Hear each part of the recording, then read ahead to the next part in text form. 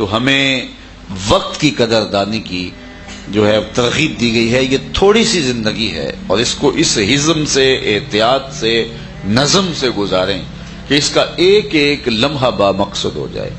روایت میں آتا ہے کہ جنتیوں کو جنت میں جا کر کوئی حسرت نہیں ہوگی. وہ ملے گا جس کا انہوں نے تصور بھی نہیں کیا ہوگا، لیکن اس کے باوجود ایک حسرت انہیں جنت میں بھی ہوگی. اور وہ کیا؟ لا يتحسر اہل الجنہ الا علی ساعۃ من ربہم لم یذکر اللہ. جنتی جنت میں جا کر اس بات کی حسرت کریں گے جو چند لمحے اللہ کی یاد کے بغیر گزرے تھے، وہ بھی کیوں گزرے.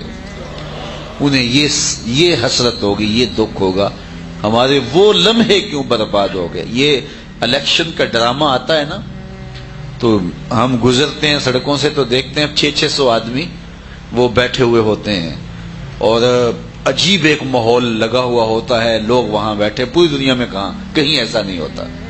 اتنا کسی کے پاس وقت ہی نہیں ہے، اور ہم اس طرح ان الیکشن ہالوں کی رونق بنے ہوئے ہوتے ہیں اور مقاصد کسی کے ہوتے ہیں. وقت ہم برباد کر رہے ہوتے ہیں اور وہاں تبصرے کر رہے ہوتے ہیں کون ہارے گا کون جیتے گا. جو بھی جیتے گا اس نے لوٹنا ہی ہے، جو بھی ہارے گا وہ لوٹنے کی تیاری میں پھر لگ جائے گا. تو کیا تمہارے مقاصد ہیں؟ با مقصد زندگی گزارنے کا تصور جو ہے وہ ہمیں دیا ہے. حضرت شیخ ختلی رضی اللہ تعالیٰ عنہ حضرت داتا گنج بخش علی حجویری کے پیر ہیں. انہوں نے ایک بڑی کمال کی بات کہی، اللہ ان کی قبر پہ کروڑوں رحمتیں نازل کریں. وہ فرماتے ہیں الدنیا یوم ولنا فیہا صوم. دنیا ایک دن ہے اور ہم روزہ رکھ کے گزار رہے ہیں، بس گزر ہی جائے گی. میں کل ہی شام کو غالباً کسی شام کے درس قرآن میں کہہ رہا تھا کہ کتنی طویل سخت گرمی کی گھڑیاں تھیں اور گزر ہی گئی ہیں نا. اب چند لمحوں کے بعد روزہ کھلنے والا ہے، تو جس نے روزہ رکھا اس کی بھی یہ گھڑیاں گزر گئیں اور جس نے نہیں رکھا اس کی بھی گزر گئی. تو گزر تو گئی ہیں. تو جو احتیاط سے، حزم سے، اللہ کی فرما برداری کرتے ہوئے زندگی گزارے گا، زندگی اس کی بھی گزر جائے گی. اور جو نافرمانیوں میں، عیش و عشرت میں اللہ کے حکموں کو توڑتے ہوئے زندگی بسر کرے گا، زندگی اس کی بھی گزر جائے گی. لیکن ایک کی زندگی کا انجام دوزخ ہے، ایک کی زندگی کا انجام جنت ہے. اس لیے اس مختصر سی زندگی کو حزم و احتیاط کے ساتھ گزار کے منزل آشنا کرنا چاہیے اور اپنے وقت کی قدر کو سمجھنا چاہیے. حضور نبی رحمت صلی اللہ علیہ وآلہ وسلم کی زندگی، حضور کے شب و روز اور آقا کریم علیہ الصلوۃ والسلام کا جو ہے وہ وقت کو منظم کرنا. آپ دیکھیں کہ 63 سالہ حضور کی زندگی ہے، اس میں حضور نے تجارتی سفر بھی کیے ہیں، 27 جنگیں بھی لڑی ہیں حضور نے. صرف مدنی زندگی میں 10 سال کی زندگی میں 27 جنگیں حضور نے لڑی ہیں. وفود سے ملاقات بھی کی ہے، قوم کو آئین بھی دیا ہے، نظام بھی دیا ہے، اخلاقیات بھی سکھائے ہیں، بوڑھی عورتوں کے بوجھ اٹھا کے منزلوں تک بھی پہنچائے ہیں، تکلیفیں بھی صحیح ہیں، وفود سے ملاقات بھی کی ہیں، اصول زندگی بھی سمجھائے ہیں، جنازے بھی پڑھے ہیں، لوگوں کی شادیوں میں بھی شریک ہوئے ہیں. مسجد نبوی میں صرف 17 نمازوں کے علاوہ ساری نمازیں حضور نے خود پڑھائی ہیں. اللہ اکبر. یہ مصروفیات بھی ہیں. پھر حضور علیہ السلام نصف شب کو کھڑے ہو کے تہجد بھی پڑھتے رہے ہیں، واعظ و تلقین بھی کرتے رہے ہیں، صفہ والے چبوترے پہ بیٹھنے والے صحابہ کو درس و تدریس بھی کرتے رہے ہیں، بازار میں جا کے حالات معلوم کرتے رہے ہیں، اور اگر کوئی ملاوٹ کرتا ہے تو اس کو تنبیہ بھی کرتے رہے ہیں. مختلف مقامات سے آئے ہوئے وفود سے ملاقات بھی کی ہے، صلح کی دفعات بھی لکھائی ہیں. 9 ازواج تھی حضور کی جب حضور کا وصال ہوا، کسی ایک کو بھی حضور سے شکایت نہیں تھی.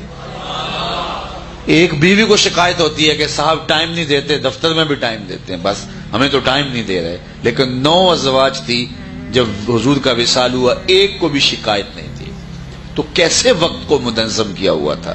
تو اگر ہم بھی اپنی زندگی سے فضولیات کو نکال دیں، بے مقصد چیزوں کو نکال دیں، تو ہمارا وقت با مقصد بن جائے گا. اور با مقصد وقت کی جو ہے وہ قدر و قیمت اس دور میں تو سب سے زیادہ جس چیز پہ تحقیق ہو رہی ہے وہ ٹائم مینجمنٹ ہے، کیونکہ اس وقت لوگوں کے پاس وقت نہیں ہے، عمریں سکڑ گئی ہیں، کام بڑھ گئے ہیں اور پھیل گئے ہیں، تو کس طرح تھوڑے وقت سے زیادہ کام کیا جائے، سب سے زیادہ اس پہ اس وقت پوری دنیا پہ ریسرچ ہو رہی ہے۔ تو ہم اپنے وقت کو تیزی سے برباد کر رہے ہیں، جبکہ ہمارے آقا و مولا نے ہمیں رہنما اصول دے کر کے وقت کی بچت اور وقت کی اہمیت اجاگر کی ہے۔ اور من حسن اسلام المرء ترکہ ما لا یعنی ہے، کسی شخص کے اسلام کا حسن یہ ہے کہ ہر بے مقصد کام کو چھوڑ دیا جائے۔ جب یہ کریں گے تو وقت اچھے طریقے سے ہم استعمال کر سکیں گے۔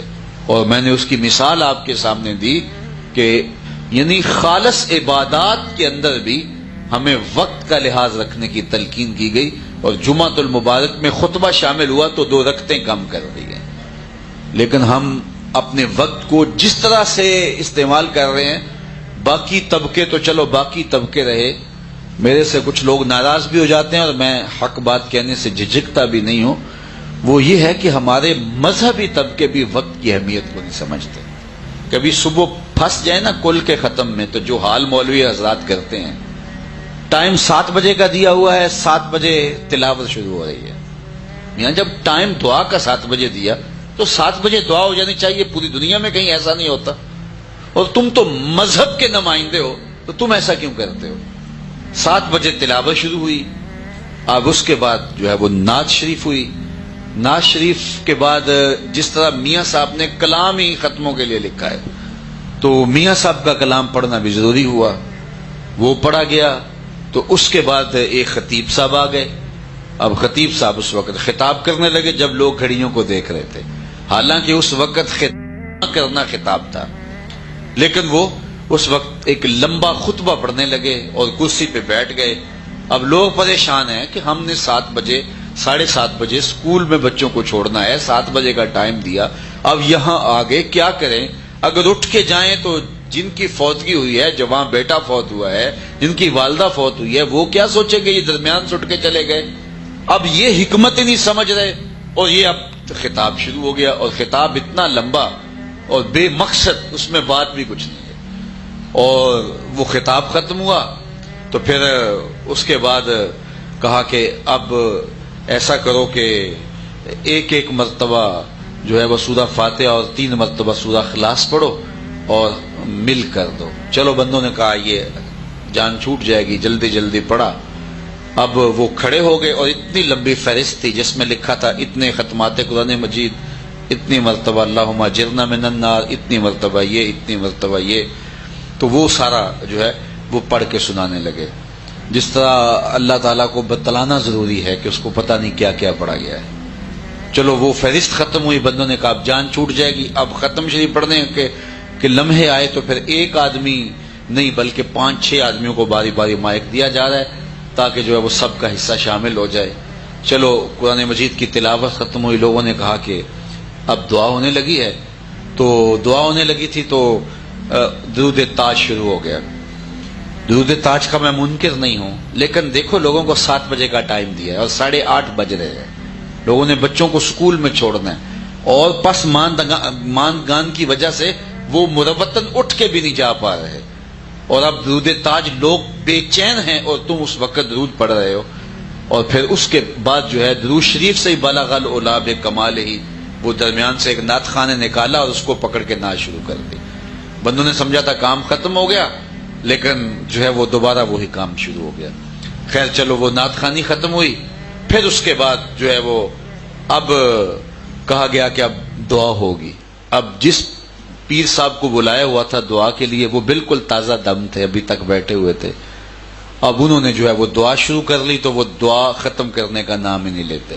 وہ دعا کر رہے ہیں، لوگ دعا کر رہے ہیں یا اللہ دعا ختم ہو جائے، اور اس کے بعد دعا ختم ہوئی، لوگوں نے شکر کا کلمہ پڑھا تو ایک آدمی جو ہے وہ درمیان سے کھڑا ہوا، جناب دعا ہو جائے، تو جو ابھی ہو رہی تھی یہ بد دعا ہو رہی تھی، تو اس نے جو ہے وہ یہ بتلانا تھا کہ میں بھی آیا ہوا ہوں، تو اس نے کھڑے ہو کر کہا کہ جناب دعا ہو جائے۔ اب پھر دوبارہ دعا شروع ہو گئی، اب دعا ختم ہوئی، لوگوں نے کہا اب گھر کو جانا جو ہے وہ نصیب ہوگا۔ ایک پکا سنی اٹھا، اس نے کہا 2 شعر سلام کے بھی ہو جائیں، تو اب سلام شروع ہو گیا، سلام کے بعد پھر دوبارہ دعا ہے، اور وہ کسی دوسرے کو موقع دینا ہے جو تازہ دم ہوگا، تو اس نے اب یہاں اپنے فن کا مظاہرہ کرنا ہے۔ مجھے بتائیے کیا یہ رسول اللہ کا دیا ہوا دین ہے؟ آپ ناراض ہوں، مولوی صاحبان میرے سے ناراض ہوں، لیکن میں سچی بات کرتا ہوں، اپنے بھی خفا مجھ سے ہیں، بیگانے بھی ناخوش، کہ میں زہر حل کو کبھی کہہ نہ سکا کن، بات وہی کہتا ہوں سمجھتا ہوں جسے حق، نئے ابلائے